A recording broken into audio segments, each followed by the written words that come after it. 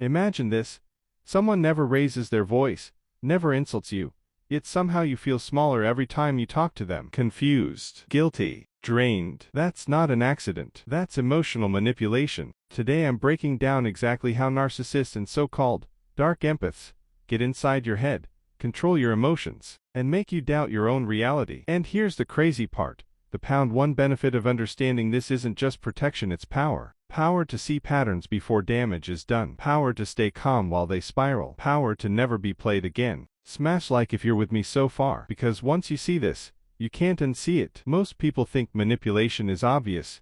Yelling, threats, aggression. Wrong. The most dangerous manipulators feel safe, familiar, even kind. And the first tactic they use is so subtle you probably missed it already. Want to know what it is and why it works on smart people the most? Let's start with narcissists. Fact number 1. They don't manipulate by force. They manipulate by reflection. In the beginning, they mirror you, your values, your humor, your pain. You think, finally, someone who gets me. That's intentional. Your brain releases trust chemicals because similarity feels safe. Then comes the switch. Slowly, they pull back warmth. They give mixed signals. Your mind starts chasing the version of them you first met. That's called intermittent reinforcement, and it's the same mechanism used in gambling addiction. One good moment keeps you hooked through 10 bad ones. And here's the twist. Narcissists don't even need to lie much. They let you fill the gaps. You explain their behavior for them. You blame yourself. Pause. Think about that. But narcissists are just the surface level. Dark empaths take this to another level entirely, and what they do next is way more disturbing. Dark empaths are terrifying because they understand emotions and still use them against you. They listen deeply. They remember details. They validate your feelings, but not to heal you, to map you. They learn what scares you, what excites you, where you feel insecure. Then they weaponize empathy. Example, instead of saying, "You're wrong," they say, "I understand why you'd feel that way, but don't you think you're overreacting?" See the difference? You feel heard and dismissed at the same time. That creates emotional fog. You start questioning your reactions, your standards, your boundaries. Smash like if you've ever felt that confusion. And here's the wild part. Dark empaths often see themselves as good people. That self-image makes them more convincing and way harder to spot. But this still isn't the most dangerous move they make. That comes when they flip the script completely.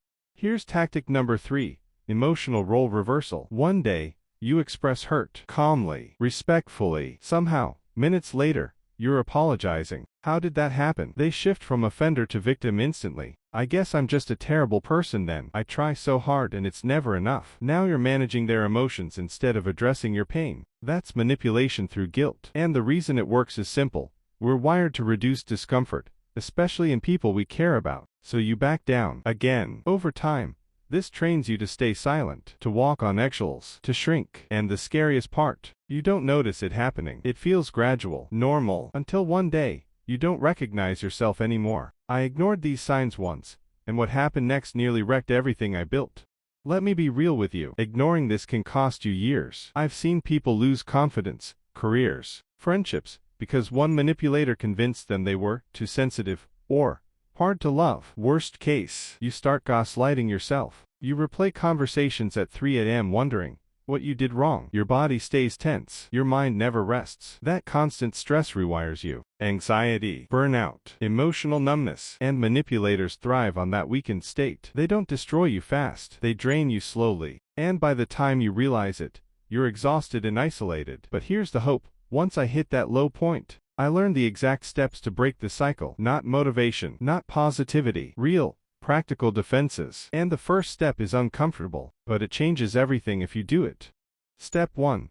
Stop explaining yourself. Manipulators feed on over-explanation. The more you justify, the more material they have to twist. Healthy people understand boundaries. Manipulative people debate them. So try this instead. Short, calm statements. "That doesn't work for me." No extra story. No apology. Watch their reaction. This is important. A narcissist will push harder. A dark empath will sound understanding while probing for weakness. Either way, you gain data. Step 2. Name patterns, not incidents. One event can be denied. Patterns can't. I've noticed every time I bring up an issue, it turns into me comforting you. Say it once, then stop talking. Silence is powerful. Smash like if this already feels uncomfortable, because the next step is where most people fail, and where your power really starts to show. Step 3. Regulate before you respond. Manipulators want emotional reactions. That's leverage. Slow your breathing. Relax your jaw. Speak slower than usual. This signals control, to them and to yourself. I tested this repeatedly, and the shift was instant. When they couldn't pull emotion from me, their tactics escalated or collapsed. That's how you know it's working. Step 4. Detach from winning. You're not there to prove truth. You're there to protect energy. You don't need them to agree. You need consistency in your actions. Boundaries without enforcement are suggestions, which leads to the hardest part: consequences. Quiet ones, reduced access, less information, less availability. And here's the thing, they feel that loss deeply, even if they pretend not to. But there's one final principle that makes all of this unstoppable. The one thing that changes everything is this: manipulators need participation. Once you stop playing your assigned role, the whole system breaks. When you no longer seek validation, they lose control. When you're okay being misunderstood, they lose leverage. I watched a dark empath unravel simply because I stopped reacting the way they expected. Calm, predictable, boring. That's your shield. You don't expose them. You don't confront dramatically. You quietly upgrade your standards. And here's proof. People who are secure don't fear clarity. Only those benefiting from confusion do. Let that sink in. If someone resists your boundaries, they were using your lack of them. And now, I'm about to give you a simple mental filter that reveals manipulation instantly, almost like X-ray vision. Here's the forbidden filter no one talks about. Ask yourself one question after every heavy interaction: do I feel clearer or more confused? Healthy communication brings clarity. Even after conflict, manipulation leaves fog, doubt, mental loops. That's your signal. Another bonus tip: watch for consistency under stress. When pressure rises, real character leaks out. Empathy that disappears when challenged was never empathy. Save this. Seriously. This one question alone can save you months of emotional chaos. Comment, clear, if this clicked for you. And in the final block, I'll tie this back to the opening hook and show you how mastering this doesn't just protect you, it transforms how people treat you entirely.